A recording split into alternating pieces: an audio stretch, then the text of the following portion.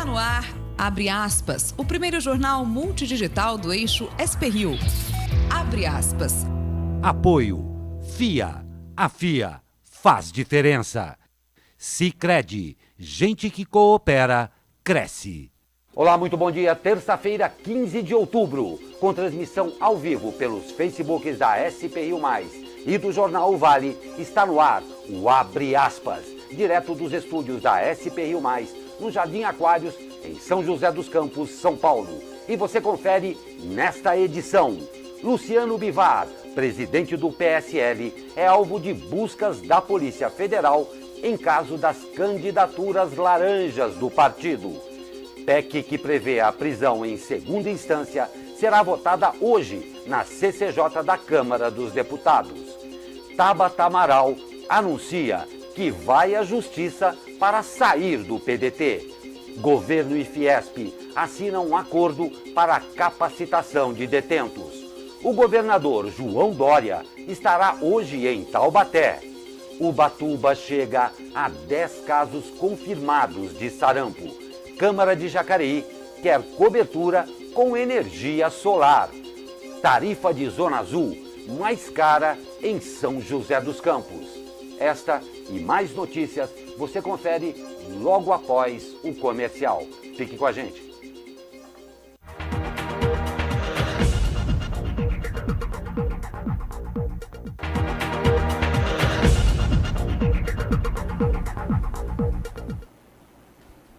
Estamos ao vivo no ar para mais uma edição do Abre Aspas. Comigo, o jornalista Douglas Cruz. Muito bom dia, Douglas. Bom dia, Glauco. Já temos muitas participações aqui, Glauco, hein? Poxa, que bom. Começamos cedo. Silvana Bussi mandando bom dia a todos. Bom dia, Silvana. Temos também o Anania Santos mandando bom dia. E lembrando para todos aí que quiserem participar aqui do nosso jornal, é só mandar sua mensagem que a gente lê a sua crítica, a sua sugestão, a sua opinião aqui ao vivo. Aliás, muito importante a sua participação. Um prazer tê-lo conosco. Vamos lá. E a prisão em segunda instância? Será vetada? A Comissão de Constituição e Justiça da Câmara dos Deputados marcou para hoje a votação da proposta de emenda à Constituição que prevê a prisão após condenação em segunda instância. O colegiado realizará reunião extraordinária às 13 horas, apenas para análise da proposta. O presidente da CCJ, deputado Felipe Francischini, do PSL, disse ontem que quer concluir a votação até a semana que vem e que buscará um acordo para isso. Questionado sobre o motivo que o levou a pautar o assunto para esta terça, o deputado disse que o fato de o STF ter pautado o julgamento para a quinta o levou à decisão. No entendimento do presidente do colegiado, a Câmara precisa se posicionar nesse debate. Deputados avaliam que a PEC dará a palavra final sobre a prisão após a condenação em segunda instância. Mesmo que o Supremo derrube a prisão após segunda instância, se a PEC for aprovada, vai virar legislação vigente, garantindo de forma definitiva o entendimento. Desde 2016, o Supremo entende que a prisão após condenação em segunda instância é possível. Embora já tenha sido julgado 4 vezes em plenário desde 2016, o tema ainda precisa ser analisado de forma ampla, com o chamado efeito erga omnes, quando vale para todos os casos similares na Justiça e tem cumprimento obrigatório. A decisão pode afetar diretamente mais de 169 mil presos em todo o país, incluindo o ex-presidente Luiz Inácio Lula da Silva. Olha que interessante, Glauco. Essa PEC já está parada na Câmara há 1 ano e 7 meses. Agora parece que o desespero bateu aí no deputado Felipe Francischini e ele resolveu reabrir essa PEC.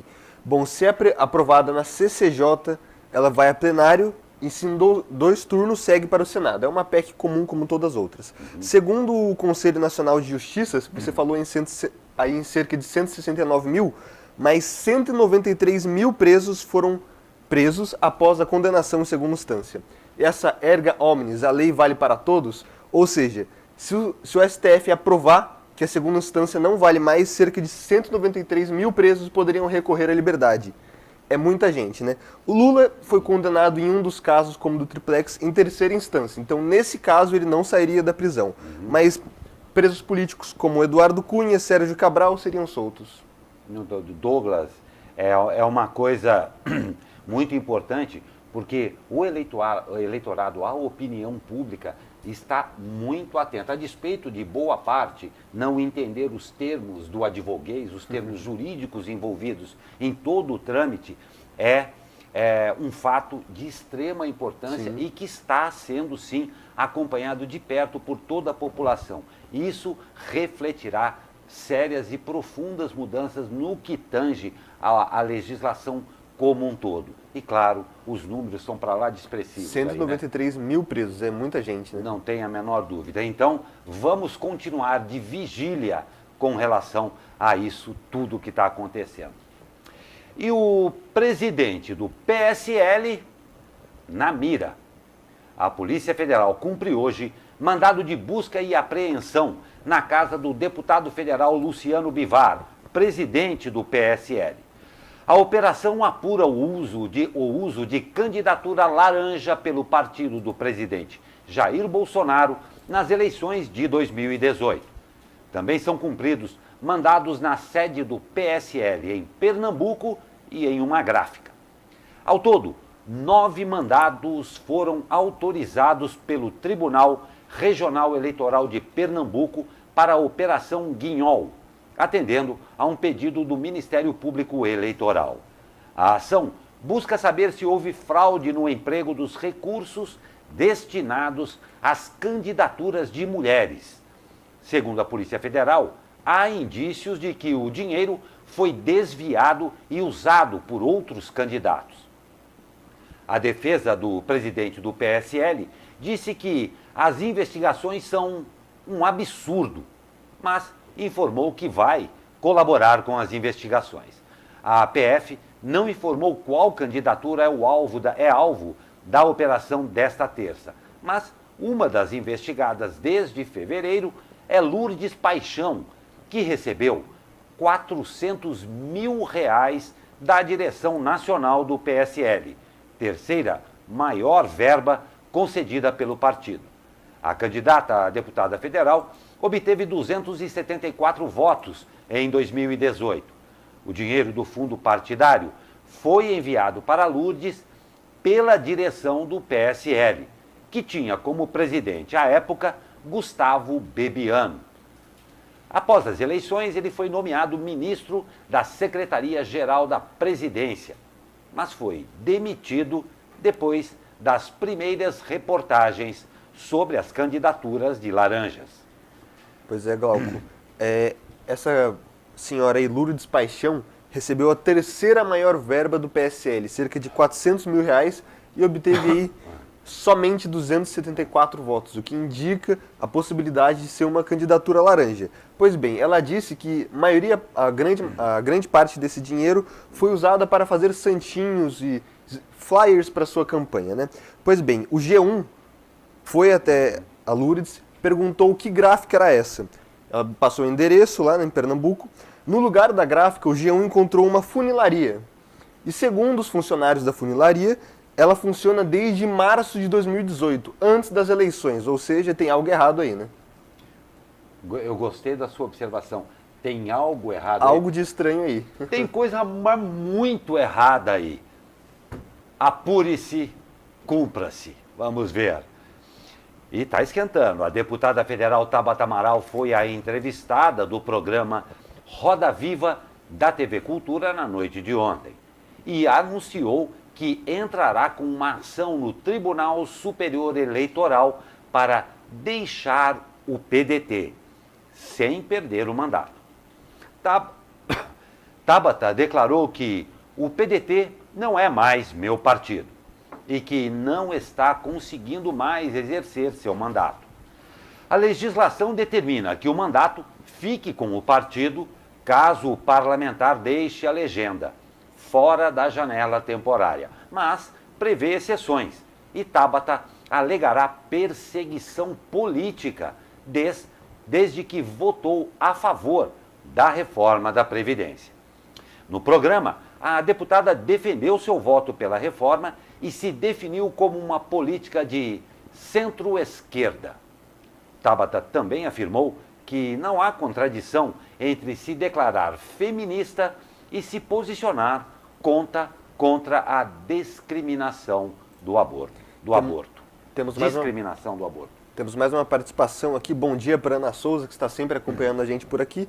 E segundo aqui o nosso cientista social, um dos nossos comentaristas, o Leandro Besseneri, a Tabata se complicou com o seu eleitorado votando a favor da Previdência. Bom, como ela falou no Roda Viva de ontem, ela vai querer sair do PDT sem perder o mandato, porque os mandatos de deputados não pertencem aos deputados e sim aos partidos. Então ela vai entrar na justiça, fazer todo o trâmite legal e ela terá aí que, com certeza, reconquistar o seu público.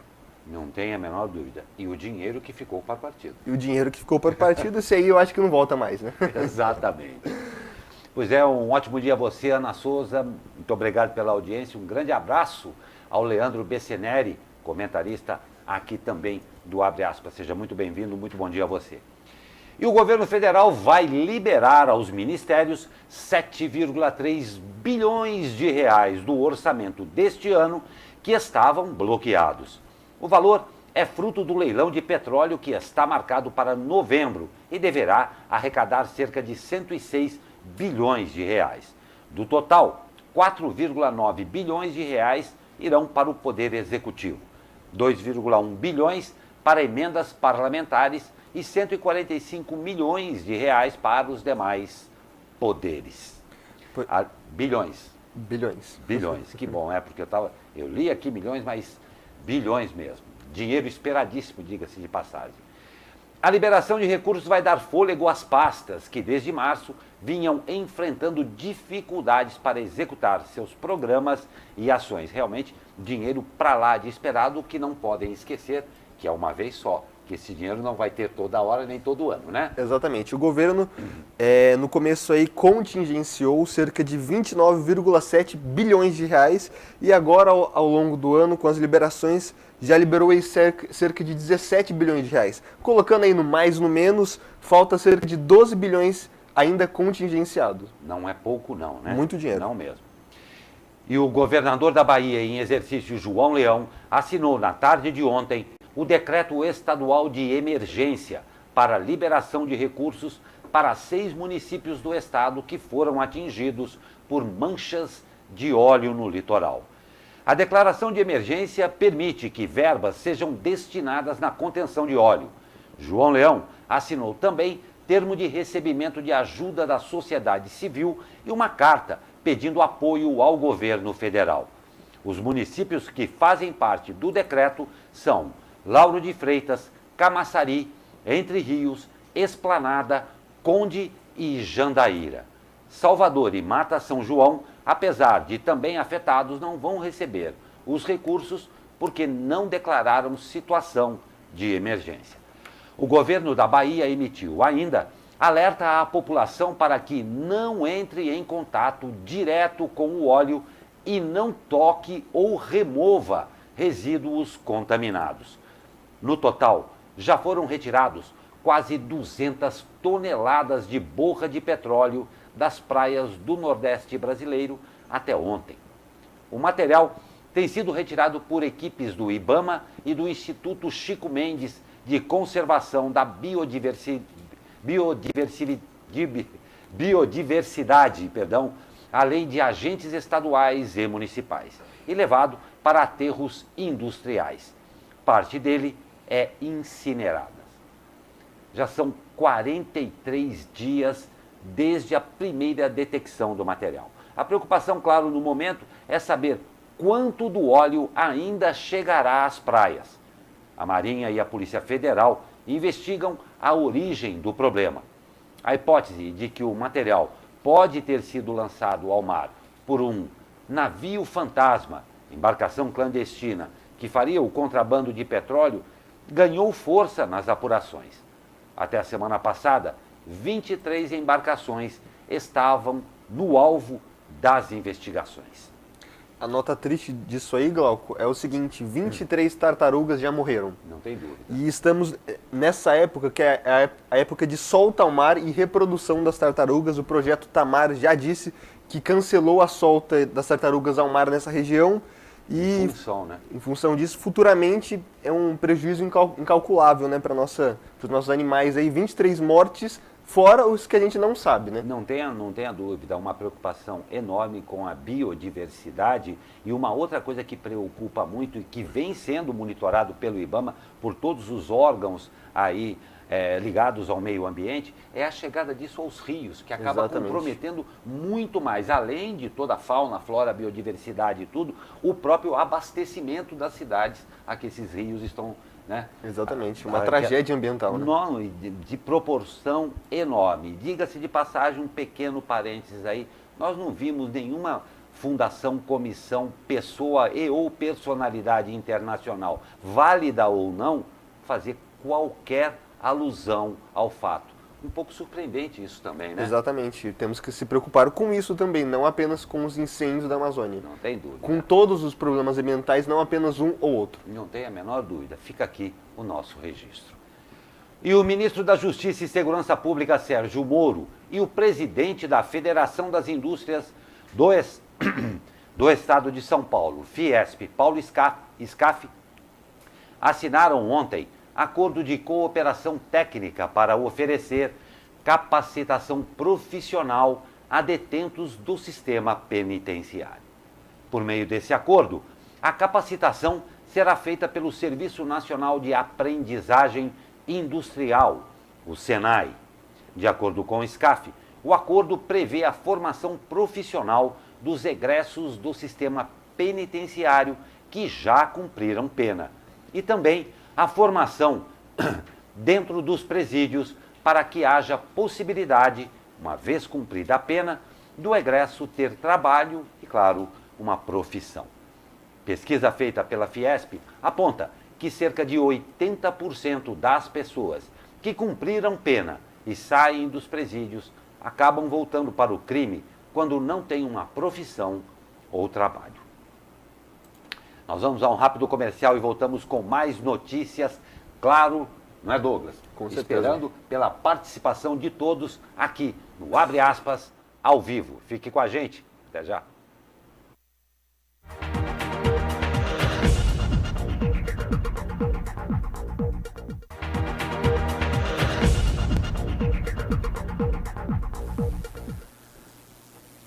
Nuvens cinzentas pairam nos altos da Cassiano Ricardo.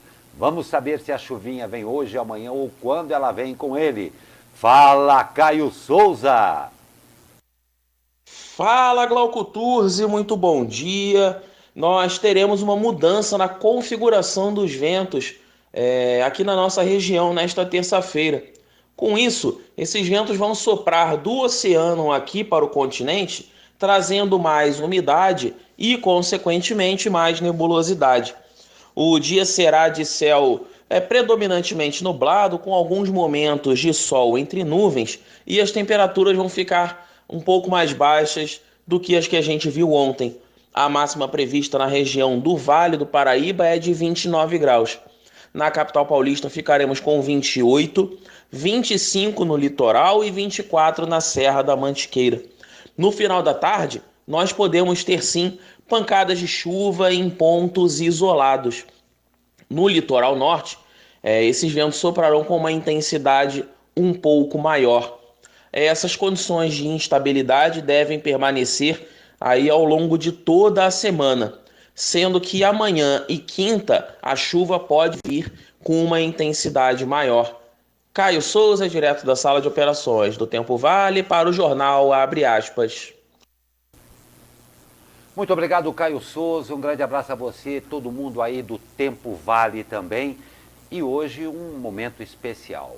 Ontem, meu caro amigo Caio Souza e todos aí que trabalham com você aí no Tempo Vale também, ao final da edição nós tínhamos uma materinha especial aqui, porque ontem, 14 de outubro, foi o dia do meteorologista.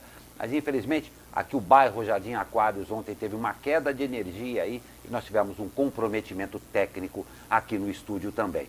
Mas leve aqui de toda a redação aqui da SP Rio Mais, um grande abraço a você, um grande abraço a todos os profissionais aí do Tempo Vale que fazem aí com tanta boa vontade essa participação aqui no SP Rio Mais. E outra coisa, ressaltando também a importância dos meteorologistas, tá bom? Grande abraço a você, Caio, e a todos aí do Tempo Vale. E esse mês eles estão tendo trabalho, né, Glauco? Porque muito trabalho, né? Aqui, tira casaco, põe casaco, faz frio, chove, esquenta. Então... É primavera verdade. Chegou, não sei como, com um pacote completo, de tempos, temperaturas e previsões. O que eles gostam de falar, oscilação. Oscilação, é verdade. Oscilações aqui. Boa. Primavera com muitas oscilações. E depois de cancelar visita à RM Vale no último final de semana, quando participaria de uma missa no Santuário Nacional de Aparecida, o governador João Dória confirmou sua participação no Feito em SP, festival gastronômico promovido pelo Estado e que hoje tem etapa em Taubaté. O festival acontece das 17 às 22 horas na Avenida do Povo. A participação de Dória é esperada a partir das 19 horas. O evento em Taubaté vai contar com 4 pratos e 4 produtos da região que irão concorrer entre si. Na etapa do Vale, comerciantes e produtores da região irão vender 300 porções dos pratos, concorrentes a preços populares, entre R$ 15 e R$ 25. Nessa etapa, estará presente o renomado chefe Ivan Ascar, para uma aula às 17 horas e 30 minutos. Às 20 horas, haverá a apresentação do cantor Kiko Zambianchi, uma terça-feira bem emocionante em Taubaté, né? E com muita comida gostosa, né? Comida gostosa. Que é melhor para esse tempinho frio, né? Nem fale. Quer dizer, não sabemos se vai estar quente também. Porque como você falou, estar quente, mas com chuva. Exatamente. Muitas oscilações, né? Exatamente. Muitas oscilações. E a lei de zoneamento em São José dos Campos. Matéria do editor de economia do Jornal O Vale, Xandu Alves. Olá, Xandu. Olá, amigos e amigas do jornal Abre Aspas. A nova lei de zoneamento de São José dos Campos consolidou uma proposta definida no plano diretor da cidade, aprovado em novembro do ano passado, que prevê o congelamento de novas moradias em uma faixa do território do município entre as regiões sul e leste. A faixa vai da divisa com Caçapava até a ligação com Jacareí e inclui residenciais já construídos, como o Pinheirinho dos Palmares. Essa parcela do município foi classificada pela Lei de Zoneamento e pelo Plano Diretor como MOC, Macrozona de Ocupação Controlada, cuja ocupação deve evitar o uso residencial, segundo informou a Prefeitura, para conter o adensamento populacional naquela região e a periferização da cidade.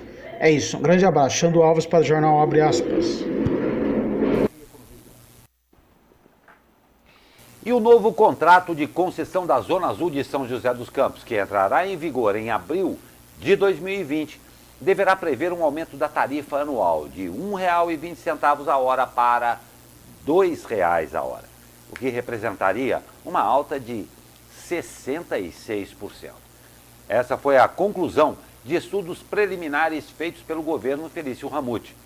O valor atual permanece inalterado desde abril de 2006, quando teve início o contrato com a empresa Sertel.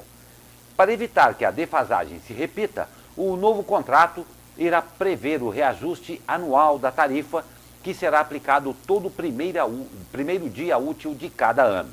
Além do reajuste na tarifa e do aumento do número de vagas, o novo contrato deverá prever visualização em tempo real das vagas por meio de aplicativo e painéis eletrônicos e alteração na forma de pagamento, permitindo inclusive a integração do sistema com outros modais.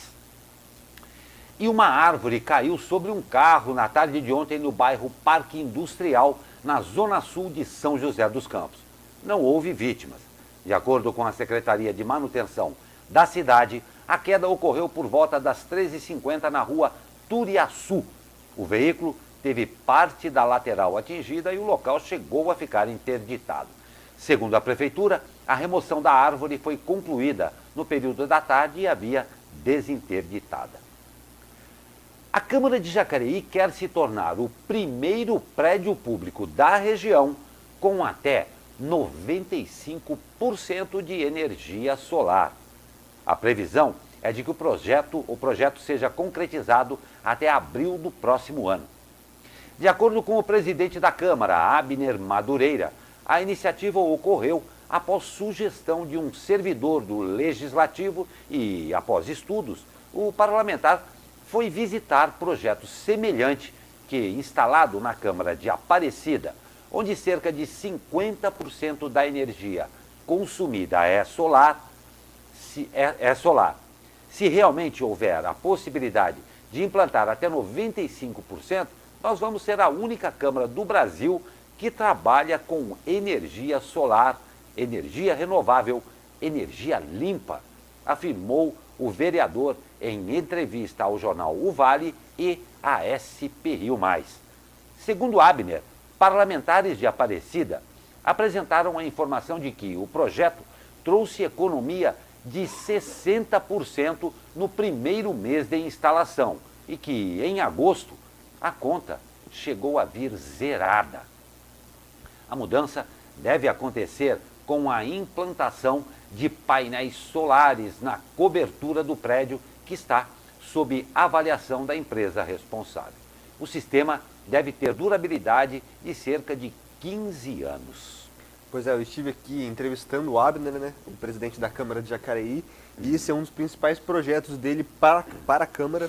E uma coisa interessante que ele falou que cerca de 95% da energia da Câmara vai ser solar. Isso, segundo ele, seria o primeiro projeto com mais de 50% no país. O maior projeto até então é o de Aparecida, como ele falou, com 50%, e a Câmara de Jacareí paga um valor equivalente a R$15 mil por mês de conta de energia, né? Conta de luz.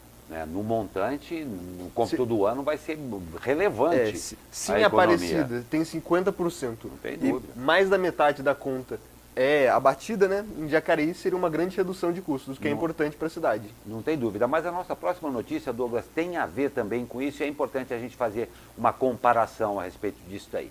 A Agência Nacional de Energia Elétrica, a ANEEL, vota hoje a proposta para a alteração das regras da chamada geração distribuída, sistema pelo qual consumidores podem produzir sua própria energia, normalmente por meio de uso de painéis solares. Como já era esperado, o texto vai prever medidas que acabam por reduzir incentivos para a adesão a esse sistema. A ANEEL vem defendendo a mudança sob o argumento de que os custos dos incentivos para quem gera a própria energia acabam sendo pagos depois pelos demais consumidores. A agência espera que as mudanças comecem a valer em 2020. Pois é, Douglas, eu queria fazer uma observação aqui, porque realmente parabéns a Jacareí, parabéns a Aparecida por estarem preocupadas em fazerem essa redução, principalmente de custos. A respeito também da ANEEL aqui, infelizmente, um ponto a gente tem que observar aqui no Brasil. Como, infelizmente, a burocracia, às vezes, acaba emperrando um processo que já foi fartamente testado em vários outros países, mesmo dentro do nosso próprio país, já se verificou a viabilidade, mas, infelizmente, a burocracia, às vezes, acaba barrando uma coisa que poderia ser um pouco mais dinâmica, não é? Nosso país tem capacidade para produzir energias de diversos fatores. Da água, energia eólica, pelo sol. É um país rico, farto de propriedades naturais e por que não abrir todos os leques, né? Porque é uma energia limpa, sustentável. Não vejo o motivo dessa burocracia aí, né? É muita burocracia mesmo, não querendo fazer comparações ridículas, porque não dá para comparar uma Noruega que é desse tamaninho com o tamanho do Brasil. Mas em vários países desenvolvidos, inclusive na Noruega, a partir do momento em que você consiga gerar a sua energia, claro, fazendo todos os investimentos, se com subsídio ou sem subsídio, não interessa você fazendo, você gerou excedente de energia, você retorna aquilo à rede pública que vai ser utilizado em uma outra área que necessita de uma energia barata e às vezes até de graça. Hospitais e tudo mais. É mais simples do que parece, não é? No projeto aí da ANEEL, eles estão justificando que a partir do momento que você começa a gerar a sua própria energia, a conta dos outros fica mais paga. Deveria ser ao contrário, né? Exatamente. A partir do momento que você está gerando sua própria energia, a conta dos outros deveria ficar mais barata, porque é menos produção para o bem público, né? Ou seja, deveria ter um acréscimo, uma diminuição aí nas contas, né? É numa conta rasa aí. O poder público fornece uma energia diferenciada, mais barata ou de graça, não sei, para aquelas regiões onde não existe, eles não têm como pagar essa conta. Por que o Estado arcar com esse custo se, na medida em que uma pessoa que tem a condição de gerar sua própria energia e gerar inclusive o excedente, não possa transferir? É uma coisinha que eles fizeram já em vários outros países e, por incrível que pareça, deu certo. Um exemplo, o que sai mais barato? Construir uma hidrelétrica ou comprar painéis solares? E olha que nós não somos engenheiros, hein, Douglas? Deixa a dúvida aí no ar, né? Você dá uma pesquisada. Nós dois aqui não somos engenheiros, mas fica aí a pergunta. O que será que sai mais barato? Vamos ver aí. E a Vigilância Epidemiológica de Taubaté confirmou ontem mais 4 casos de sarampo. Agora, a cidade contabiliza 20 casos da doença e ainda tem a suspeita em outros 29 pacientes. De acordo com a Secretaria de Saúde, os 4 casos mais recentes são os de 4 bebês de 1 ano, moradores da Estiva, Vila São José, São Gonçalo e Canuto Borges.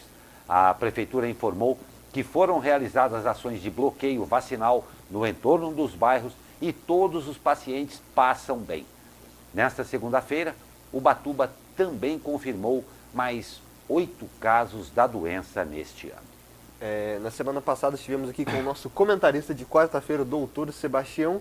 Ele falou que grande parte desses casos se dá pela não vacinação correta. Às vezes as pessoas tomam a primeira dose ali na criança com 6 meses e acham que já está tudo certo. Não, ela tem que tomar a segunda dose corretamente, aí sim existe a prevenção. Não adianta apenas tomar aquela mini dose ali na criança e achar que está tudo certo.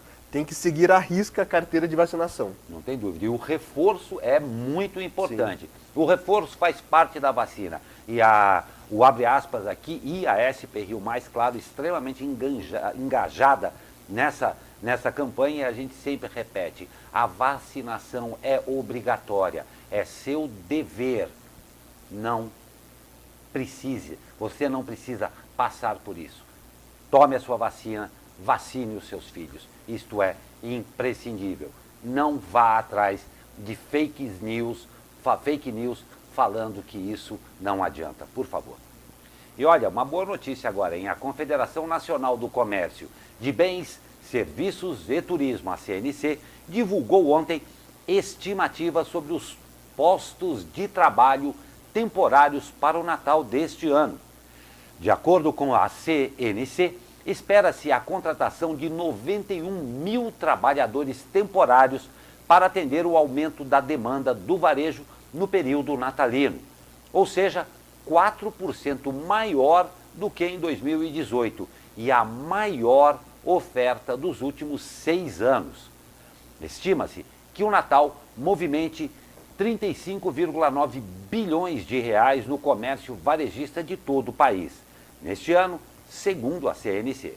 Para o presidente da Confederação, José Roberto Tadros, essa retomada parcial do nível de atividade do setor está sendo influenciada pela inflação baixa, juros básicos no piso histórico, prazos mais amplos para a quitação de financiamentos e, principalmente, pela liberação de recursos extraordinários para o consumo, como os saques no FGTS e no PIS/PASEP. A taxa de efetivação dos trabalhadores temporários também deverá ser maior do que nos últimos 5 anos, com expectativa de absorção definitiva em torno de 25,1 Boa notícia mesmo, né, Douglas? Boa notícia, um sinal de leve recuperação da economia para quem está procurando emprego Não temporário. tem dúvida. E atenção aí, prefeitura, hein? Temos aqui o Adevaldo Batista dos Santos mandando aqui pra gente. Bom dia, aqui tá muito ruim a estrada do Bengalar no Turvo. Uma reclamação aqui do nosso internauta.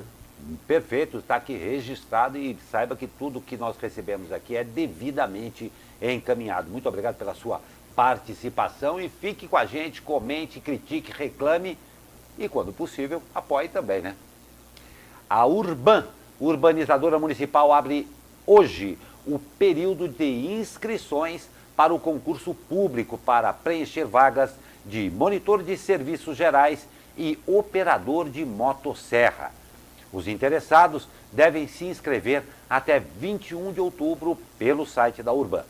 Para ambas as funções, há vaga imediata. Para a vaga de monitor de serviços gerais, o salário mensal é de R$ 1.794,39, com carga horária de 40 horas semanais, em horário definido pela empresa.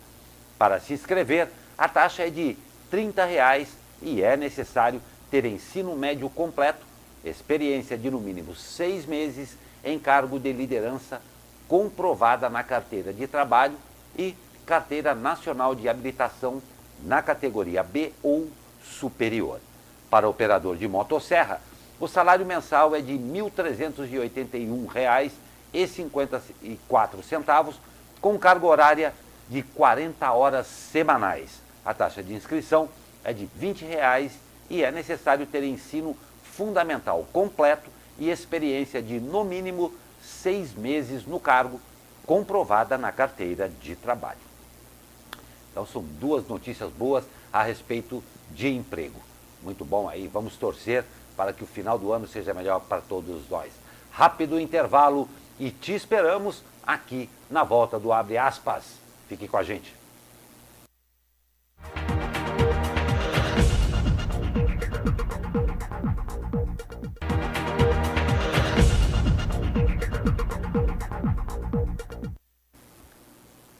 E 3 dias após a passagem do tufão Hagibis, o Japão continua em estado de emergência.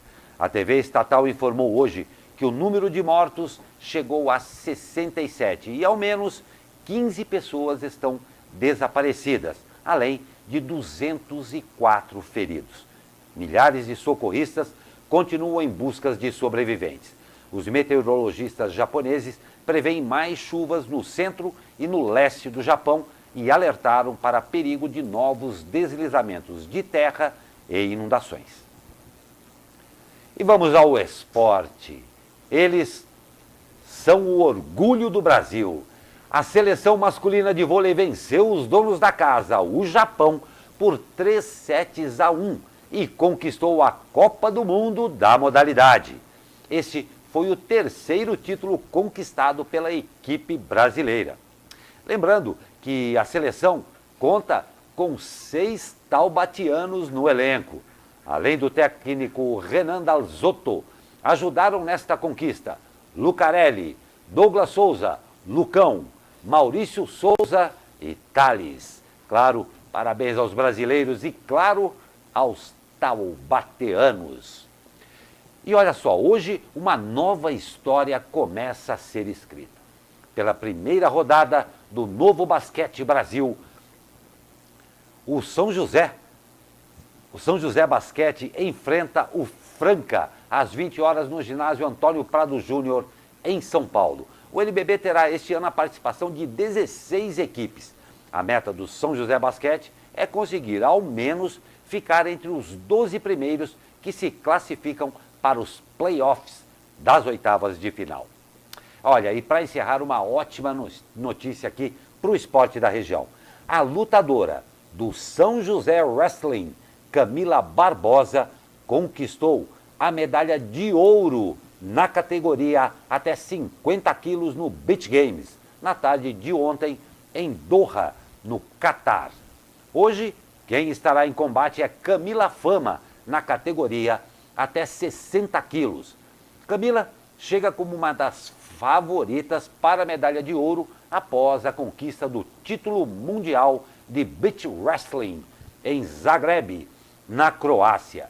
Relembrando que a Camila Fama esteve aqui, né, no Abre Aspas, exatamente, conversando com a gente antes de ir para a Croácia. A gente deu sorte para ela, né, Glauco? Claro, olha... A gente não pode falar de sorte que a atleta fica bravo, né? Ela exatamente, treina muito, ela é uma atleta competente, campeã mundial e tomara que traga a medalha aqui novamente para São José. Exatamente, e esperamos conversar com ela assim que ela chegar aqui para a gente contar como é que foi, né? Agora com 2 medalhas, né? Agora Camila Barbosa e a Camila Barbosa, né? E a Camila Fama. Exatamente. Muito boa sorte, Camila Fama, você aí que se possível pode até estar nos vendo aí da Croácia. Muito boas energias para você, da turma daqui do SP Rio Mais e do Abre Aspas e, claro, de todos esses que nos acompanham todos os dias ao vivo nesta edição. Tá? Muito boa sorte a você também. E Douglas, hoje a gente deixou para o final, porque hoje é um dia especial. Né? Um dia muito especial. Que dia é hoje, Glauco? Hoje